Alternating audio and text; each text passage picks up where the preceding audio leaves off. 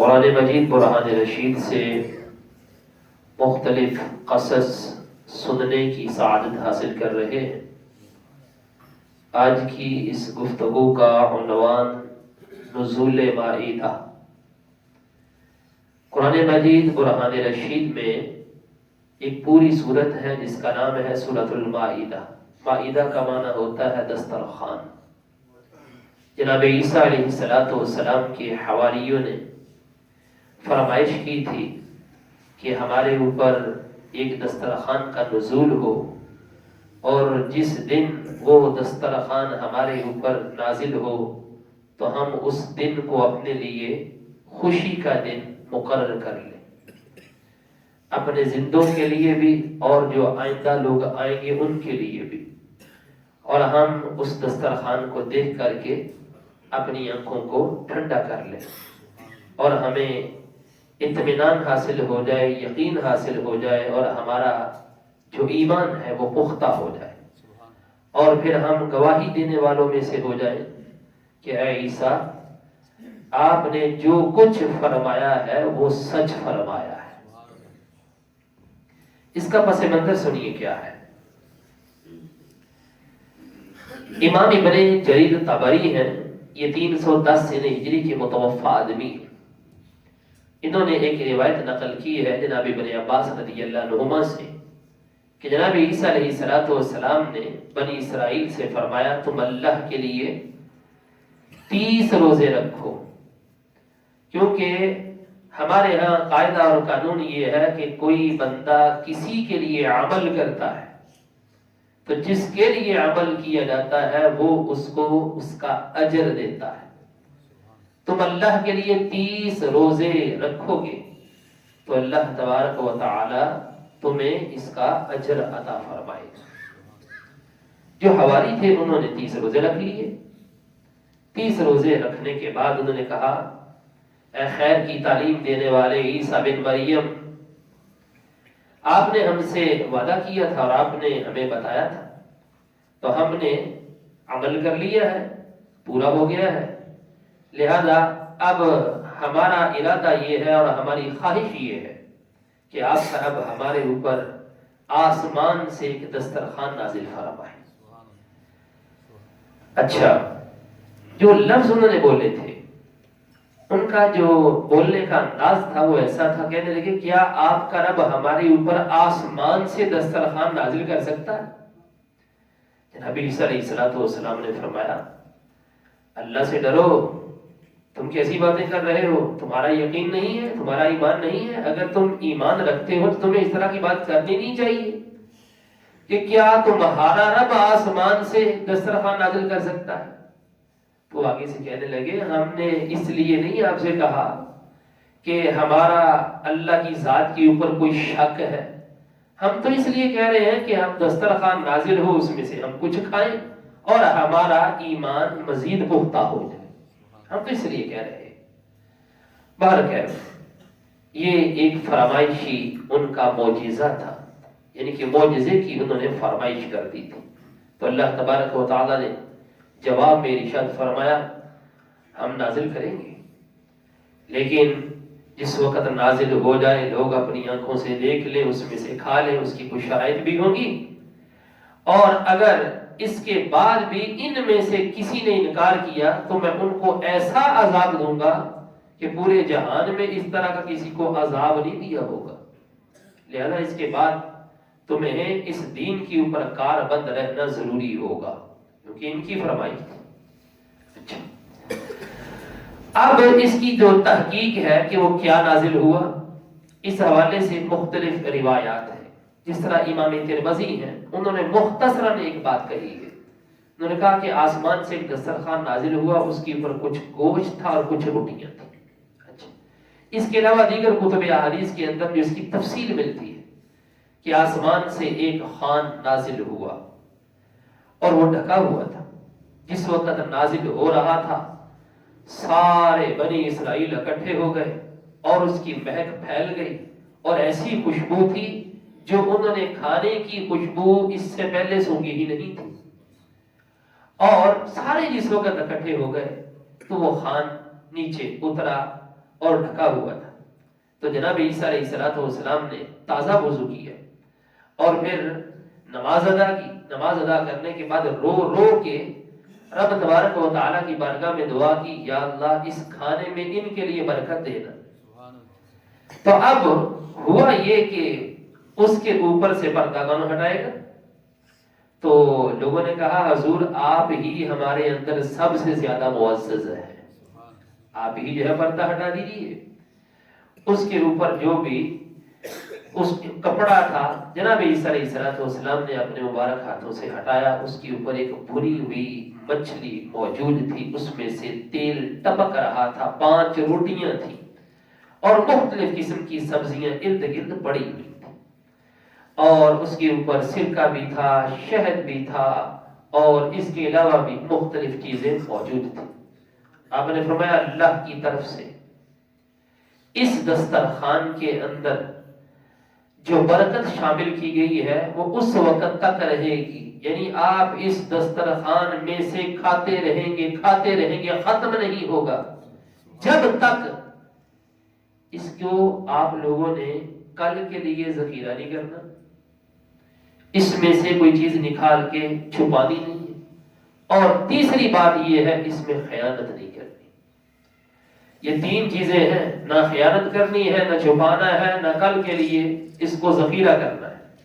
بس جو کھا لیا ہے سو کھا لیا ہے, بس یہ ایسے ہی رہے گا. یہ تو اگر تم نے اس میں خیانت کی تو تم اللہ تبارک و تعالی کا جو حکم ہے وہ سن لو. اللہ نے فرمایا ہے میں ایسا عذاب دوں گا کہ جہان میں سے اس طرح کا عذاب کسی کو نہیں دیا ہوگا.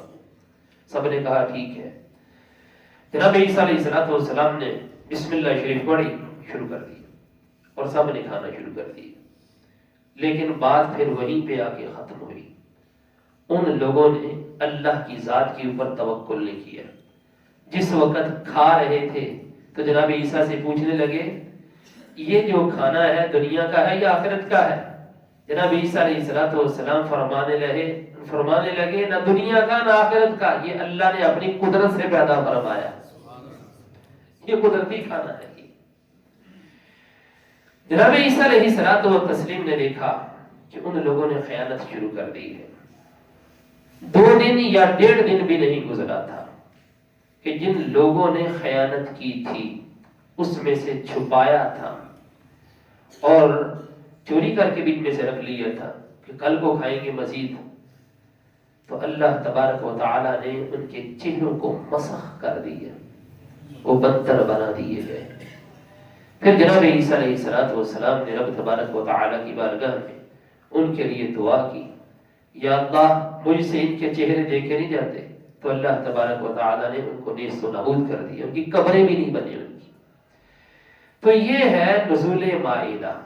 اچھا اب ذرا ہم قرآن پاک سے لفظ سنتے ہیں, پھر اس کا جو ہمارے واسطے درس ہے اور جو ہمارے واسطے سبق ہے پھر ہم وہ سنیں گے. سورۃ المائدہ کے اندر اللہ تبارک و تعالی کا ارشاد ہے اذ قال الحواریون یا عیسی ابن مریم, یاد کرو جس وقت حواریوں نے کہا اے عیسی بن مریم هل يستطيع ربك ان ينزل علينا مائدة من السماء, کیا آپ کا رب ہمارے اوپر آسمان سے ایک مائدہ یعنی دسترخوان نازل کر سکتا ہے؟ قال اتقوا اللہ ان کنتم مؤمنین, فرمایا اللہ سے ڈرو اگر تم ایمان رکھتے ہو. تم کیسی بات کر رہے ہو کہ کیا تمہارا رب نازل کر سکتا ہے؟ میرا رب تو ہر چیز کے اوپر قدرت رکھتا ہے. قالوا, وہ کہنے لگے نريد ان ناكل منها, حضور ہم نے تو اس لیے کہا ہے کہ ہم اس میں سے کچھ کھائیں. وتطمئن قلوبنا, اور ہمارے دل مطمئن ہو جائیں. ونعلم ان قد صدقتنا, اور ہمیں یقین ہو جائے کہ آپ نے ہم سے سچا وعدہ کیا ہے. ونكون عليها من الشاهدين, اور ہم اس کے اوپر گواہی دینے والوں میں سے ہو جائیں. قال عیسی بن مریم, عیسی بن مریم علیہ السلام نے کہا اللهم ربنا انزل علينا مائدة من السماء.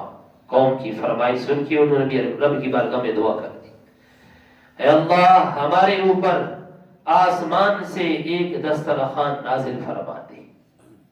تکون لنا عیدا لاولنا وآخرنا وآیۃ منک، اور وہ دن ہو جائے ہمارے اول لوگوں کے لیے اور ہمارے بعد میں آنے والے لوگوں کے لیے عید کا دن اور تیری طرف سے نشانی بھی ہو جائے. وارزقنا وانت خیر الرازقین، اے اللہ تو ہمیں رزق عطا فرما اور تو ہی سب سے بہتر رزق عطا فرمانے والا. قال اللہ نے فرمایا، نبی عیسیٰ علیہ السلام نے دعا کر دی. ادھر سے اللہ کا جواب آیا، فرمایا انی منزلها علیکم، میں تمہارے اوپر نازل کروں گا. فمن یکفر بعد منکم، تم میں سے اس کے بعد کوئی انکار کرے. فمن یکفر بعد منکم، اس کے بعد اب کوئی انکاری ہو گیا. فإنی اعذبہ عذابا لا اعذبہ احدا من العالمین، تو میں اس کو ایسا عذاب دوں گا کہ جہان والوں میں سے کسی کو ایسا عذاب نہیں دیا ہوگا. تو اس کے بعد تمہیں میری باتوں کو ماننا ضروری ہوگا. تو دوستو یہاں پر ایک دو لفظ ہیں، دیکھیے لوگوں کی نظر اور نبی کی نظر دونوں میں بڑا فرق ہے. لوگوں نے جس وقت کہا تھا تو انہوں نے اپنی دنیاوی غرض سامنے رکھی. انہوں نے کہا ہم اس لیے مطالبہ کر رہے ہیں کہ نرید ان ناکل منھا، ہم اس میں سے کھائیں اور ہمارا دل مطمئن ہو جائے. یعنی اپنی غرض دنیاوی غرض پہلے رکھی اور اپنے ایمان کی پختگی بعد میں رکھی. اچھا جس وقت جناب عیسیٰ علیہ السلام نے اللہ کی بارگاہ میں دعا کی تو انہوں نے دنیاوی غرض پہلے نہیں رکھی. انہوں نے رب تبارک و تعالی کی بارگاہ میں سب سے پہلے اللہ تعالی کی حمد و ثنا کی. ان کا اللہم ربنا، اے اللہ، اے ہمارے رب. اچھا لفظ اللہم، اللہم کا معنی کیا ہوتا ہے؟ اللہم جو ہے نا یہ ایک مخفف لفظ ہے. کس کا؟ یہ ہے یا اللہ اما بخیر، اے اللہ تو خیر کا ارادہ فرما. یہ یا اللہ اما بخیر کا مخفف ہے. لفظ یا کو ہٹایا جاتا ہے، پھر اس کے اندر تعلیل ہوتی ہے تو پھر اس کو ملا کے پڑھا جاتا اللہم.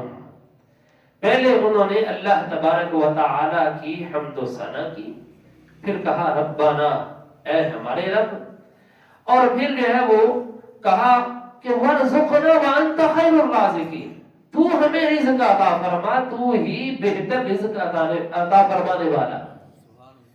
یعنی شروع میں بھی آخر میں بھی درمیان میں اپنی غرض رکھی.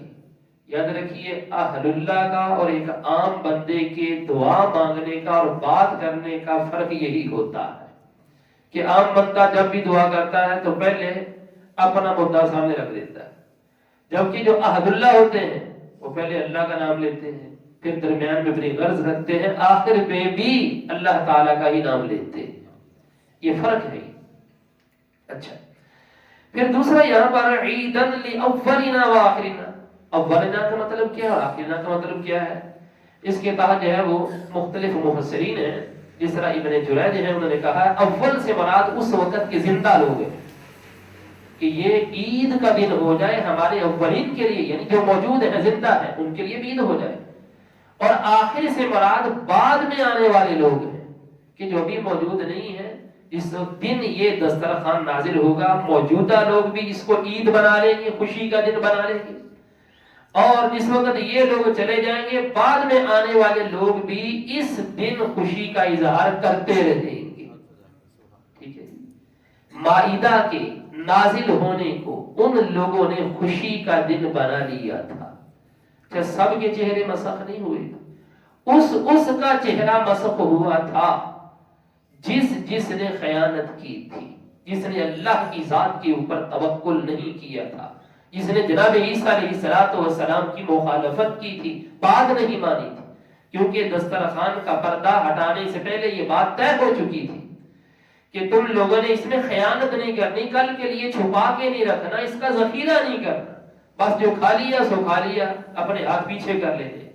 لیکن کئیاں بند نے اپنے یہ چھپا لیا، چلو یار گھر جا کے بھی کھاؤں گی. ٹھیک ہے. تو جس وقت عہد اللہ کی مخالفت ہوتی ہے تو پھر لوگ بگڑتے ہیں.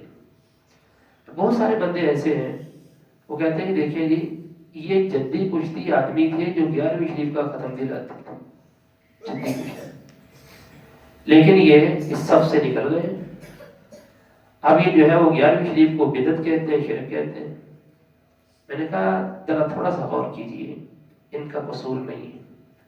یہ وہ لوگ ہیں جن لوگوں نے 11ویں شریف کا لنگر چوری کیا ہے، جنہوں نے خیانتیں کی ہیں. ان کو برکت نہیں مل سکتی. برکت اسی بندے کو ملے گی جو با برکت رہے گا. ٹھیک ہے جی. جڑے بندے چنگیاں کماں دے وچ خیانت کرن گے وہ پھر اس منہج پہ نہیں رہن گے، اس رستے پہ رہ سکتے نہیں. پھر ان کا حال یہی ہوتا ہے. یا پھر ان لوگوں کا حال یہ ہوتا ہے کہ یہ لوگ بغیر بسم اللہ کے کھاتے ہیں. ٹھیک ہے جی. ہمارا تو یہی مدعا ہے اس حوالے سے. تیسری بات جو میں یہاں پر عرض کرنا چاہتا ہوں، جس کو بڑے بڑے مفسرین نے لکھا ہے، جس طرح عبد الفاضل ہے سیدنا محمد نعیم الدین مراد آبادی رحمۃ اللہ تعالی علیہ، انہوں نے لکھا ہے کہ دیکھیے اس مائدہ کے نزول کے دن کو انہوں نے عید بنایا، اس کی تعظیم کی، خوشیاں منائی، اور پھر کہا ہم تیری عبادت کریں گے، شکر بجا لائیں گے. فرمایا اس سے معلوم ہوا جس روز اللہ کی کوئی خاص رحمت نازل ہو اس دن کو عید بنانا، خوشیاں منانا، عبادتیں کرنا اور شکر بجا لانا، یہ جناب عیسیٰ علیہ السلام اور ان کے ماننے والوں کا طریقہ. فرمایا نبی آخر الزمان صلی اللہ علیہ وآلہ وسلم اس دھرتی پر اللہ کی سب سے بڑی رحمت ہے، سب سے بڑی رحمت ہے. تو جس دن وہ پیدا ہوئے اس دھرتی پہ، تو اگر کوئی ان کا امتی ان کی آمد پر ان کے دن خوشیاں مناتا ہے، ٹھیک ہے جی، لوگوں کی مہمان نوازی کرتا ہے، دعوتیں کھلاتا ہے، خوشی کا اظہار کرتا ہے اور ان کے نغمے گاتا ہے اور اس دن کو عید کہتا ہے، تو اس میں کوئی بدعت والی بات نہیں. اور اس کے اوپر جو ہے وہ بڑی بڑی کتابیں لکھی گئی. جس طرح میں چند ایک آپ کے سامنے رکھتا ہوں کہ حافظ ابن کثیر نے البدایہ والنہایہ کے اندر لکھا ہے کہ دیکھو کہ یہ جو مروجہ میلاد ہے اس کو ایجاد کرنے والا وہ جو بادشاہ تھا مظفر نامی، کہا کہ وہ ربیع الاول شریف کے مہینے میں میلاد شریف منعقد کرتا، بہت عظیم الشان محفل کا اہتمام کرتا. اس کی بادشاہی کافی عرصہ تک قائم رہی. 636 ہجری کے اندر فوت ہوا. وہ بہادر آدمی تھا، نیک تھا، ذہین و فطین تھا. اس محفل میں بہت علماء صوفیہ کو مدعو کرتا اور عظیم الشان دعوت میں 3 لاکھ دینار خرچ کیا کرتا. 3 لاکھ دینار. اور علامہ نبوی ہیں جنہوں نے باقاعدہ مسلم شریف کا حاشیہ لکھا ہے. ان کے ایک استاد ہیں ابو شامہ، انہوں نے میلاد شریف کے حوالے سے ایک جو ہے وہ کتاب لکھی اور اس کتاب کے اندر اس بادشاہ کی تعریف کی. کہا میلاد شریف کی رات بکثرت صدقہ و خیرات کرنے پر وہ جو ملک مظفر تھا اس نے اللہ تعالیٰ کے ہاں بہت بڑا قرب حاصل کر لیا تھا.